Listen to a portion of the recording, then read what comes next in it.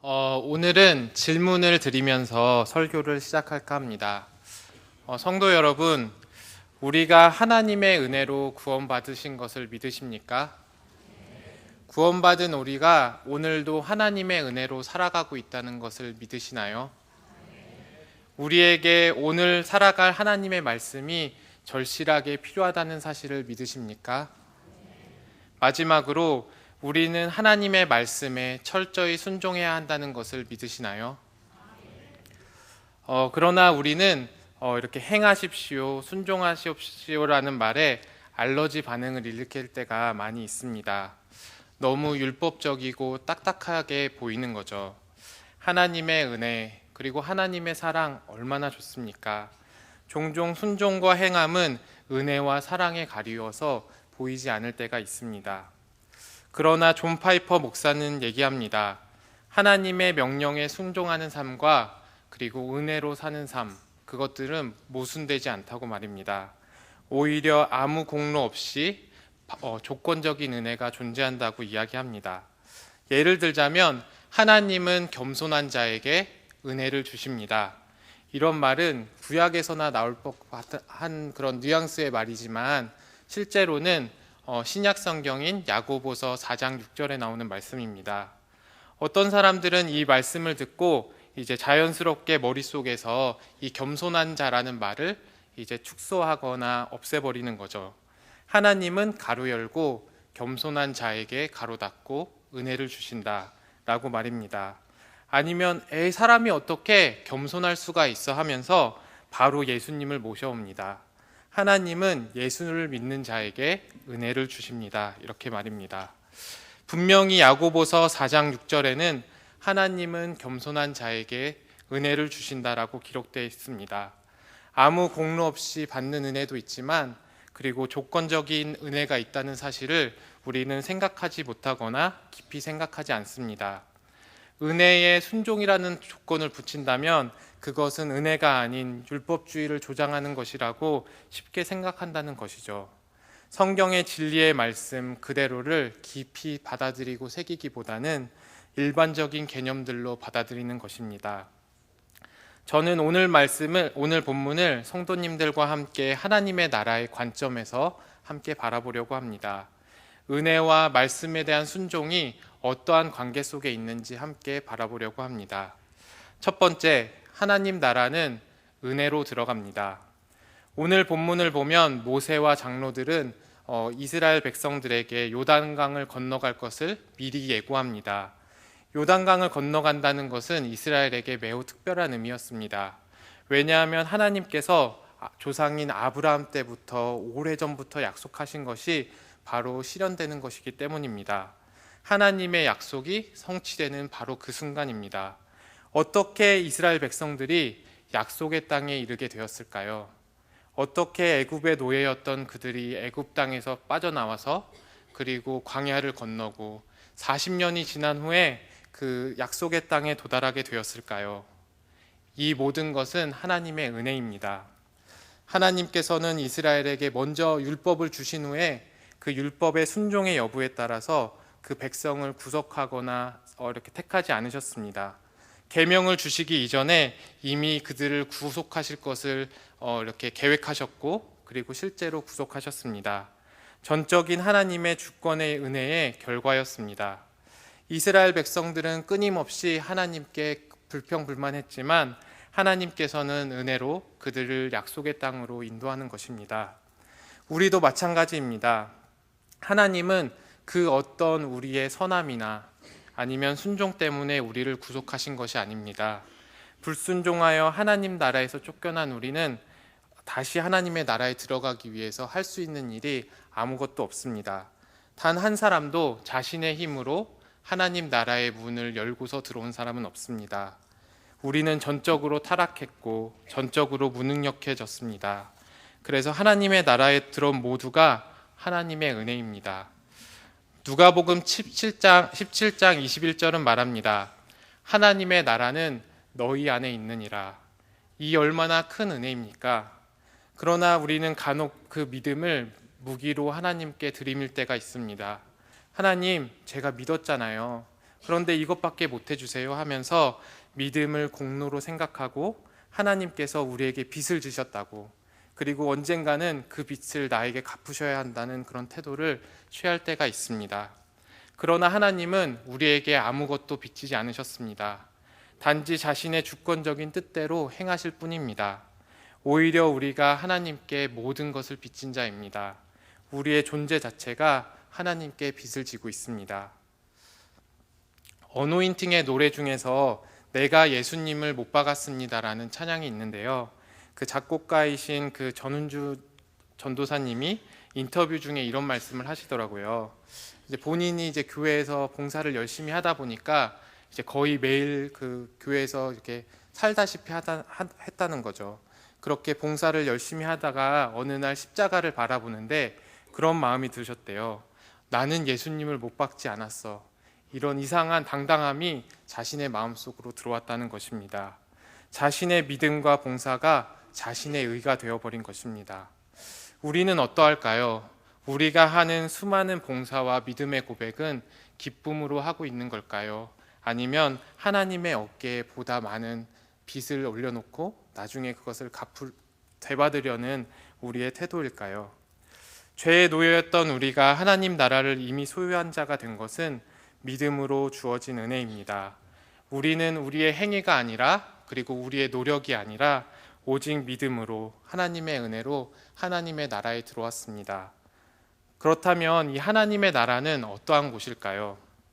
둘째, 은혜로 들어온 하나님의 나라는 하나님의 말씀으로 통치되는 나라입니다. 우리 1절에서 3절을 함께 읽겠습니다. 모세와 이스라엘 장로들이 백성에게 명령하여 이르되 내가 오늘 너희에게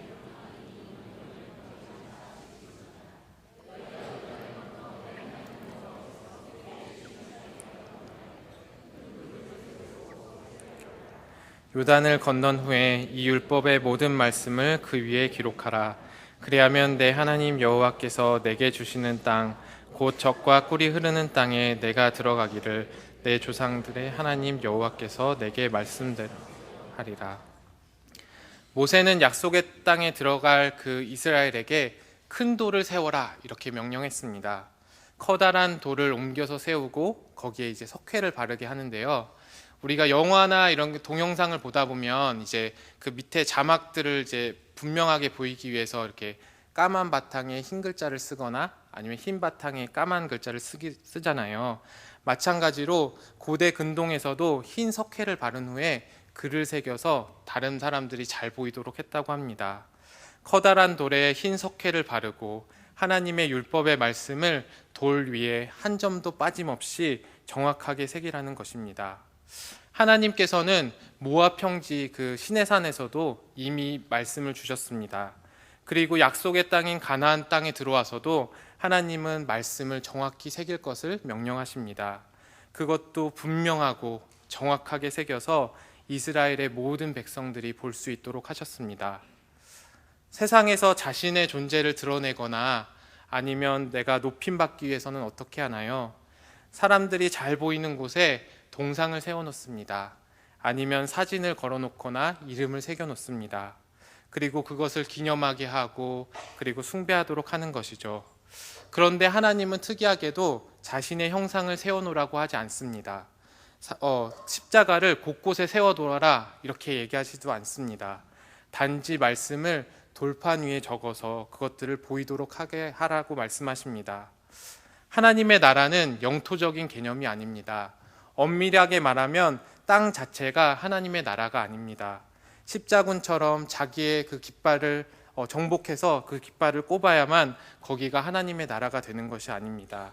그리고 기독교의 문화를 널리 전파해야 되는 것도 아닙니다. 하나님의 나라는 말씀으로 세워지고 그리고 다스려지는 나라입니다.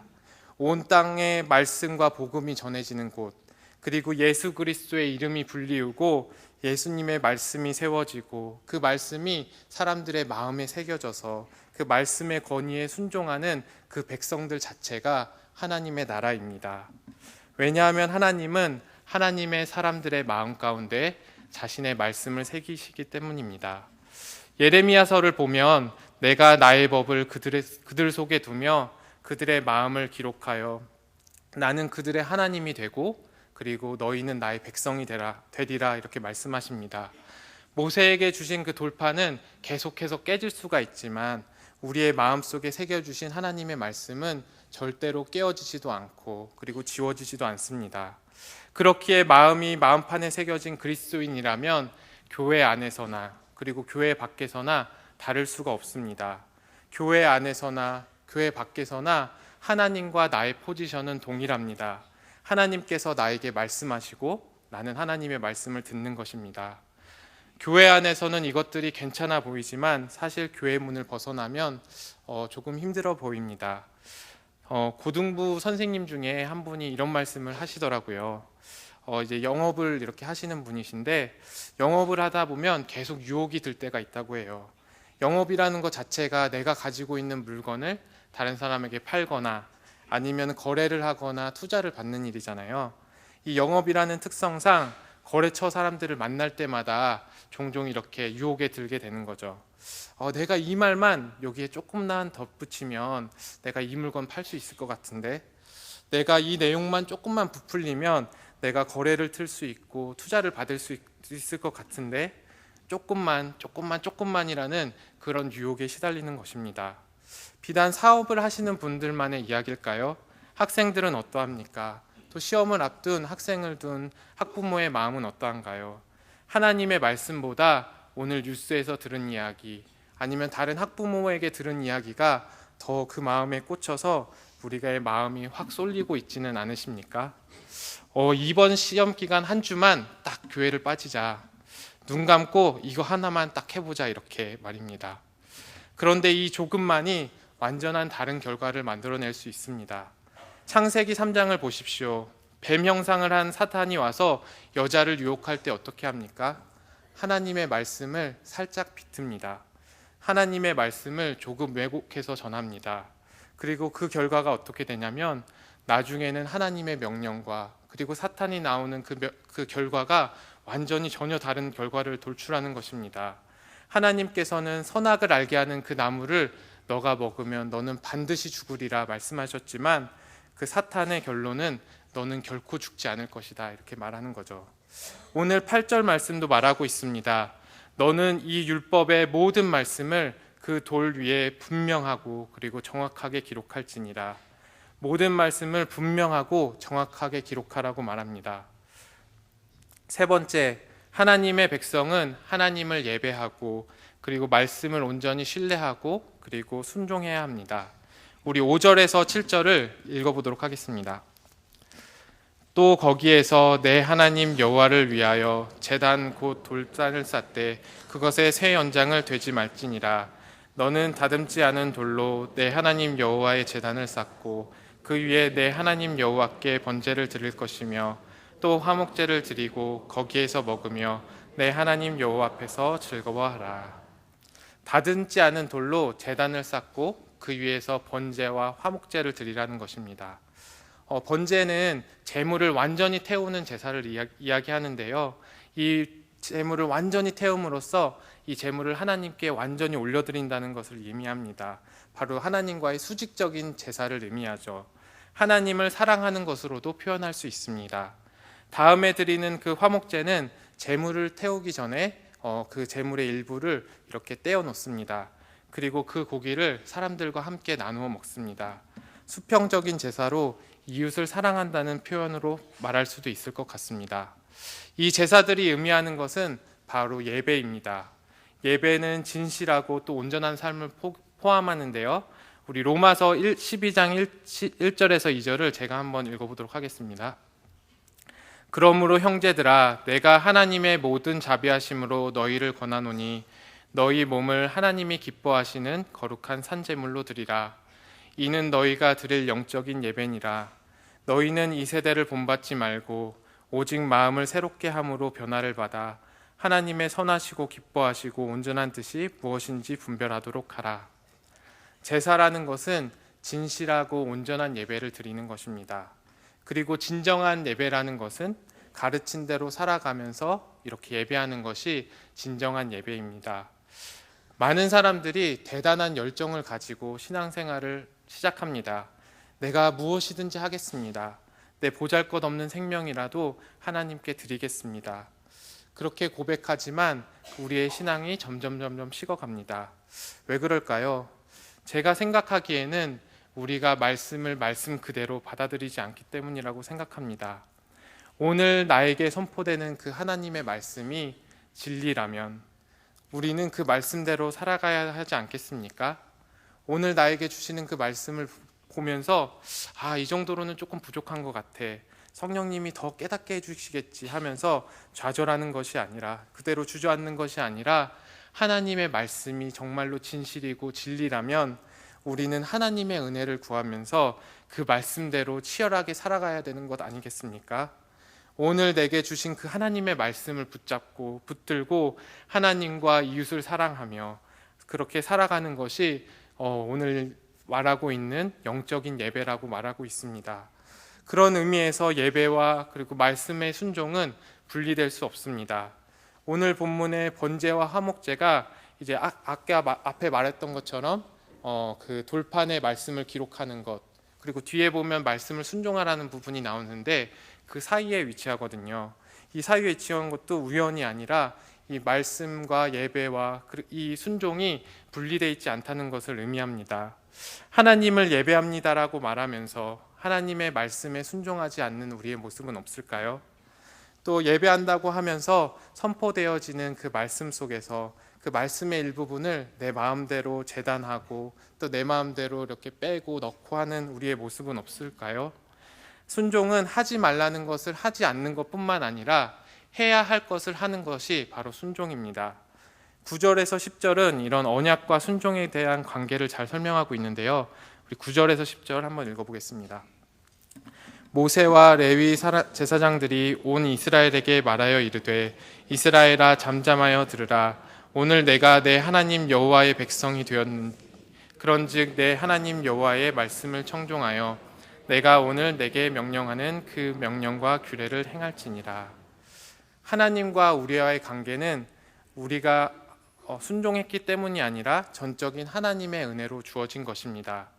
그래서 우리는 하나님의 백성이 되기 위해서, 그분의 자녀가 되기 위해서 말씀에 순종하는 것이 아니라 우리는 하나님의 백성이 되었기 때문에 그 말씀을 지키고 순종하는 것입니다. 약속의 땅에 들어간 이스라엘에게 주어진 그 미션은 아까 먼저 체험 얘기했던 것처럼 먼저 말씀을 기록하여 세우고 그리고 제단을 쌓아 예배드리고 그리고 선포되는 말씀에 화답하는 일이었습니다. 이스라엘의 12지파 중에서 6지파를 그 남쪽에 보면 우리 그림신산이라는 곳에 위치시키게 합니다.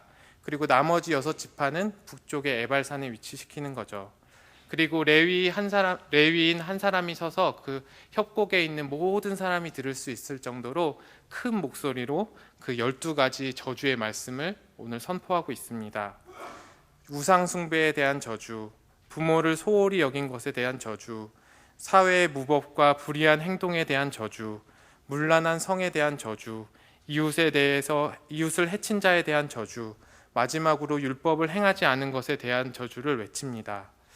이 12가지 저주들이 하나하나 외쳐질 때마다 거기에 있는 백성들은 아멘이라며 화답하라고 하나님께서는 말씀하십니다. 그런데 우리는 이 축복의 말씀에는 아멘이라고 외칠 수가 쉽지만 저주의 말씀에 아멘을 외치는 것은 쉽지 않아 보입니다. 제가 그래서 에발산에 서 있는 그 이스라엘 백성 중에 하나라고 생각을 해봤거든요. 과연 그 저주의 말씀에 나도 아멘이라고 화답할 수 있을까? 마음이 굉장히 너무나도 어려울 것 같습니다. 그렇지만 그 어려운 마음과는 별도로 아멘이라고 할 것 같았습니다. 왜냐하면 지금 내 앞에서 외치고 있는 그 레위인이 전하고 있는 그 말씀이 단순히 그 레위인의 입술을 통해서 나오고 있지만 오늘 하나님께서 나를 향해서 말씀하고 계시기 때문입니다. 그래서 그 마음으로 다시 다짐하게 되는 거죠. 그래, 맞아. 하나님의 말씀을 다시 따르자. 이렇게 말입니다. 신명기의 말씀은 종종 우리의 마음을 어렵게 합니다. 몇몇 분들이 이렇게 말씀해 주시더라고요. 신명기 말씀이 너무 무서워요. 맞습니다. 저도 그렇게 생각합니다. 물론 우리를 둘러싼 이 저주의 사슬들은 예수 그리스도께서 이미 다 풀어내셨습니다. 그렇다면 우리는 마음대로 살아도 되는 것일까요? 구약에 주신 하나님의 말씀은 구약 백성들 거야 하면서 덮어놓고 살아가야 하는 것일까요? 그것에 대해서는 조금 더 생각해 볼 필요가 있다고 생각합니다. 예전에 이제 제가 어렸을 때 유행하던 그 놀이 중에 하나가 이제 막 이렇게 누군가를 이제 너 바보야 이렇게 하면은 반사 막 이렇게 하는 이런 놀이였거든요. 기억나시는지 모르겠지만 뭐 이런 이렇게 반사적으로 그것들이 반사 이렇게 나오는데 우리가 그 한 친구가 이제 다른 친구를 가리키면서 이렇게 하면은 우리가 반사하는 것처럼 구약에서 저주라는 단어가 나오면 우리는 자동적으로 예수님을 너무 쉽게 예수님 딱 이렇게 하면서 이렇게 쉽게 외친다는 것에 조금 아쉽다는 생각이 들었습니다. 오늘 신명기 말씀을 어렵고 또 이렇게 무섭다고 이야기하시는 그분들의 그런 마음을 살펴보면 이 말씀을 단순히 텍스트로 그냥 글로 이야기로 생각하는 것이 아니라 오늘 나에게 주신 하나님의 말씀으로 받으시는 분들이 있기 때문에 그렇기 때문에 이 마음들이 또 무겁고 힘들 것이라고 생각이 듭니다. 죽음과 우리가 저주의 사슬로부터 자유된 우리가 내 정욕과 내 마음을 따라 사는 것은 아닌 것 같습니다. 우리는 말씀을 따라서 적극적으로 죄를 멀리하고 적극적으로 선을 행해야 합니다. 우리는 말씀에 어떻게 반응하고 있을까요? 내 상황과 내 환경에 맞지 않는 그렇게 힘든 말씀이라도 우리는 아멘으로 화답하고 있을까요? 몇 주 전 이제 TGC 코리아라고 이제 양재동에서 컨퍼런스가 열렸는데요. 이제 강사는 이제 D.A. 칼슨 그리고 브라이언 채플로 굉장히 유명한 신학 교수님들이셨어요. 제가 이제 책을 읽고 그분들이 너무 좋고 또 평소에 이렇게 존경하게 된 그런 분들이었는데 그래서 나름대로 많은 기대를 하고 갔습니다. 과연 그분들이 나에게 어떤 말씀을 전해 주실까, 어떤 심오한 말씀을 나에게 전달해 주실까 이렇게 기대를 한 거죠. 그런데 그분들이 오셔서 한 말이 무엇이었을까요? 3일 내내 강조했던 것이 무엇이었을까요? 바로 하나님의 말씀을 어떻게 생각하는가였습니다. 성경의 말씀의 권위를 인정하는가? 말씀이 한 점도 오류가 없는 진실하고도 온전한 말씀인 것을 믿는가였습니다. 여러분, 성경의 말씀이 오류가 없고 완전하고 하나님의 진리의 말씀이라는 것을 믿어야 합니다. 그리고 이 말씀이 여러분의 인생을 변화시킬 수 있는 말씀임을 믿어야 합니다. 여러분에게 생명을 주시는 말씀임을 믿어야 합니다. 이 성경 말씀은 단순히 하나님에 대해서 그냥 하나님이 하신 일에 대해서 그냥 이렇게 나열하고 이렇게 설명해 주는 것이 아니라 오늘도 하나님께서는 이 성경 말씀을 통해서 우리에게 말씀하고 계시는 것입니다. 단순한 텍스트의 글이 아니라 오늘 하나님께서 이 성경 말씀을 통해서 나에게 말씀하고 계신다는 것입니다. 그리고 또 한 가지 인상 깊었던 장면은 그분이 이제 들고 있던 성경을 이렇게 땅바닥에 놓으시는 거예요. 그리고 나서 이야기를 했었어요.